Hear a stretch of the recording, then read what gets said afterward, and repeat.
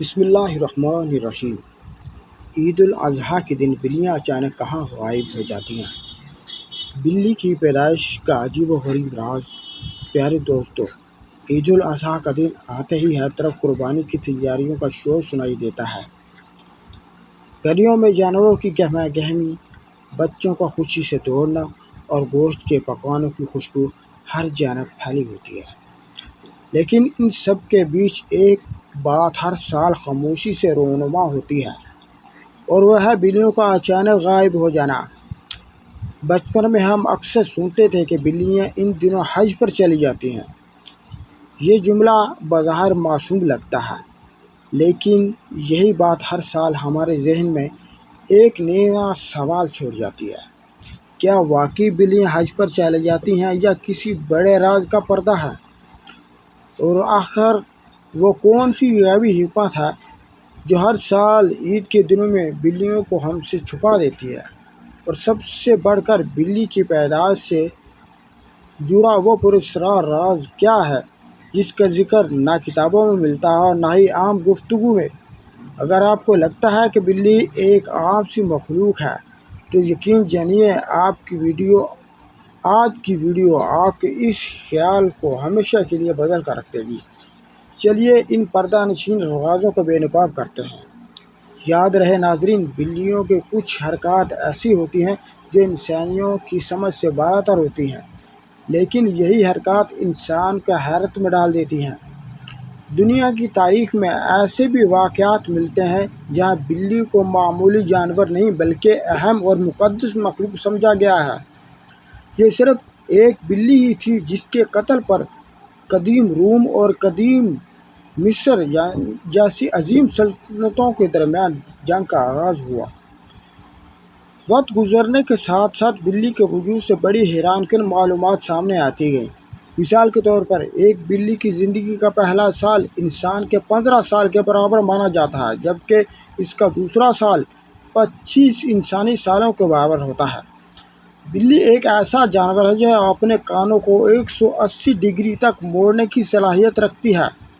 اس کے روزمرہ کی زندگی کا تقریباً 70% حصہ نیند میں گزرتا ہے، جبکہ 15% وقت وہ اپنے جسم کو صاف کرنے میں صرف کرتی ہے۔ اور سب سے حیران کن بات یہ ہے کہ بلی کے فضلے میں موجود خطرناک جراثیموں کے باوجود دنیا کے ایک مشہور ترین اور مہنگے کافی برانڈ میں یہی فضلہ استعمال کیا جاتا ہے۔ اور ان تمام باتوں سے واضح ہوتا ہے کہ بلی عام مخلوق نہیں بلکہ ایک پراسرار وجود ہے جس کے پیچھے کئی حیرت انگیز راز چھپے ہوئے ہیں۔ ناظرین، بلیوں کی پیدائش کے حوالے سے تفسیر روح المعانی میں یہ بات درج ہے کہ فرشتے نور سے، جن آگ سے، انسان مٹی سے پیدا کیے گئے ہیں، جبکہ کتے، بلی، مچھلی اور دیگر جانوروں سمیت تمام مخلوقات کو انسان کے تابع کر کے مٹی اور پانی سے بنایا گیا ہے۔ ان حقائق کو دیکھتے ہوئے ایک سوال ضرور ذہن میں ابھرتا ہے، آخر بلیوں کو پیدا کرنے کے پیچھے اللہ کی کون سی حکمت پوشیدہ ہے؟ کیا یہ محض ایک عام سا جانور ہے یا پھر اس کے اندر کوئی ایسا راز ہے جسے ہم آج تک سمجھ نہ پائے؟ تو اس حوالے سے ناظرین، ایک روایت یوں بیان ہوئی ہے کہ بلی کو پیدا کرنے کے پیچھے اللہ کی جو حکمت ہے وہ کچھ اس طرح ہے کہ جب حضرت نوح علیہ السلام کی قوم پر پانی کے ذریعے عذاب نازل ہوا اور اللہ تعالیٰ نے حضرت نوح علیہ السلام کو کشتی بنانے اور ہر جاندار اور پرندے کو ایک جوڑا اس میں سوار کرنے کا حکم دیا، تو حضرت نوح علیہ السلام نے حکم کی تعمیل کی۔ کشتی پانی میں روانہ تھی کہ اچانک کشتی میں چوہے پیدا ہو گئے، جنہوں نے کشتی کے مختلف حصوں کو کاٹنا شروع کر دیا۔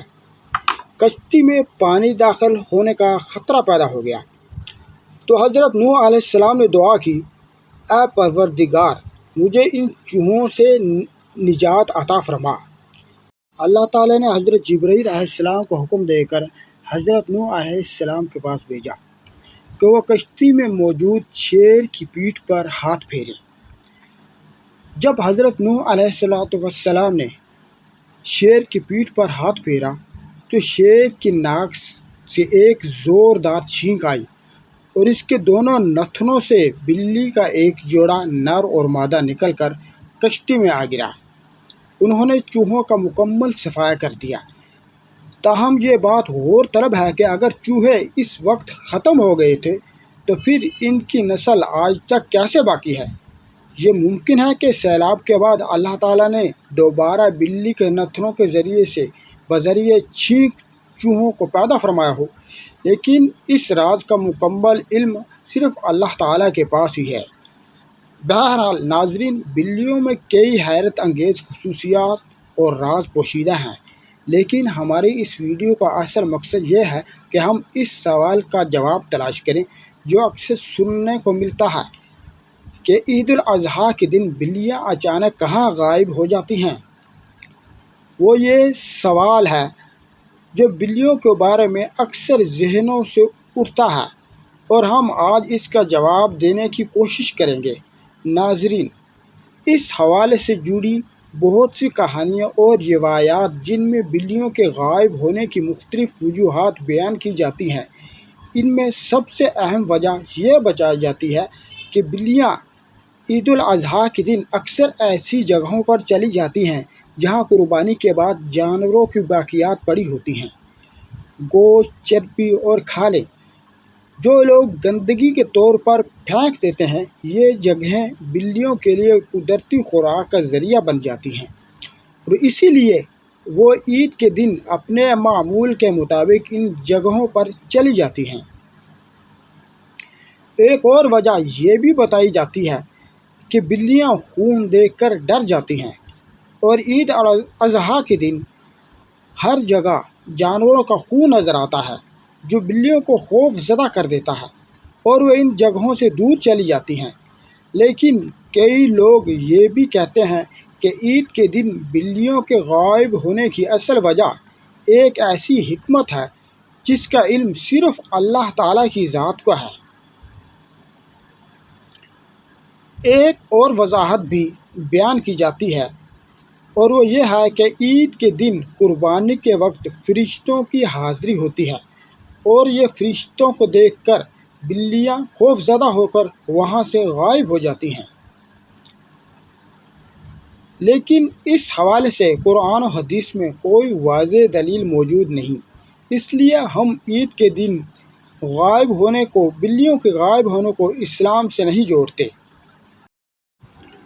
بہت سے لوگ یہ بھی کہتے ہیں کہ بلی اس دن کہیں نہیں جاتی، بلکہ انہوں نے خود اپنی آنکھوں سے بلیوں کو تہواروں کے دوران دیکھا ہے۔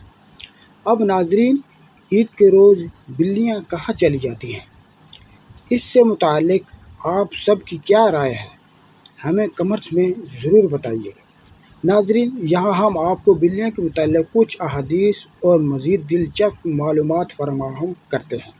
جو بلیاں کسی کی ملکیت نہ ہو انہیں پالنے میں کوئی حرج نہیں، جیسے کہ حدیث میں حضرت سیدنا عبداللہ بن عمر رضی اللہ تعالیٰ عنہ سے روایت ہے کہ رسول اللہ صلی اللہ علیہ وآلہ وسلم نے فرمایا کہ ایک عورت کو بلی کی وجہ سے عذاب ہوا۔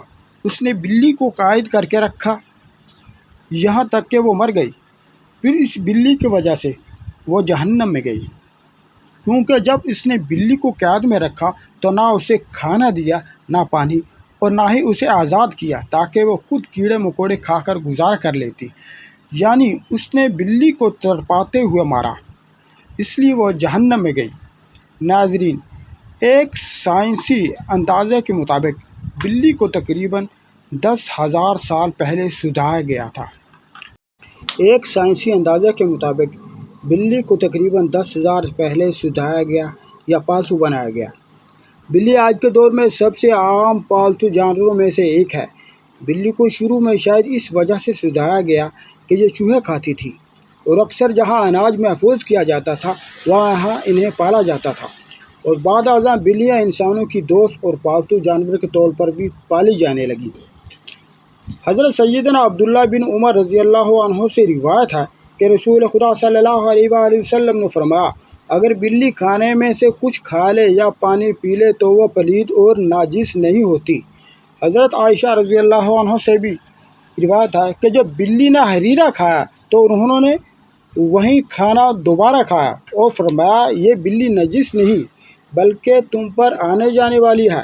گھر میں بلی پالنے کے حوالے سے فقہا کا کہنا ہے کہ ایسا کرنے میں کوئی حرج نہیں، کیونکہ بلی نہ موذی جانور ہے نہ ناجس، بلکہ بلی گھر میں پالی جا سکتی ہے کیونکہ یہ چوہے اور کیڑے مکوڑے کھا کر گھر کو صاف رکھتی ہے۔ اسلام میں بلیوں کو محبت اور احترام کے ساتھ رکھنے کی ترغیب دی گئی ہے اور بلیوں کے ساتھ حسن سلوک کی تعلیم بھی دی گئی ہے۔ ایک مثال حضرت ابو ہریرہ رضی اللہ عنہ کی بھی ہے، جنہیں بلیوں والا کہا جاتا ہے۔ ایک دن انہوں نے گرمی کی شدت سے ایک بلی کو دیوار کے ساتھ چمٹا دیکھا اور اسے اپنی آستین میں چھپا لیا تاکہ وہ گرمی سے بچ سکے۔ سائنسی اعتبار سے بلی پالنے کے کئی فوائد ہیں۔ بلیوں کا انسان سے تعلق ڈپریشن کے علاج میں مددگار ثابت ہوتا ہے۔ بلی کے بالوں میں ایسے بیکٹیریا پائے جاتے ہیں جو انسان کی ڈپریشن کو کم کرنے میں مدد دیتے ہیں۔ بلی کو اپنے ساتھ بٹھا کر یا گود میں لے کر آپ نہ صرف اپنی بلی کو خوش کر سکتے ہیں بلکہ خود بھی ڈپریشن سے نجات حاصل کر سکتے ہیں۔ آخر میں ہماری دعا ہے کہ اللہ پاک ہمیں جانوروں کے حقوق ادا کرنے والا بنائے اور ہمیں دنیا و آخرت میں کامیابی عطا فرمائے، اور ایسی ہی ویڈیوز دیکھنے کے لیے ہمارے چینل کو سبسکرائب کیجیے۔ اللہ تبارک و تعالی آپ کا حامی اور ناصر ہو۔ جزاکم اللہ خیر۔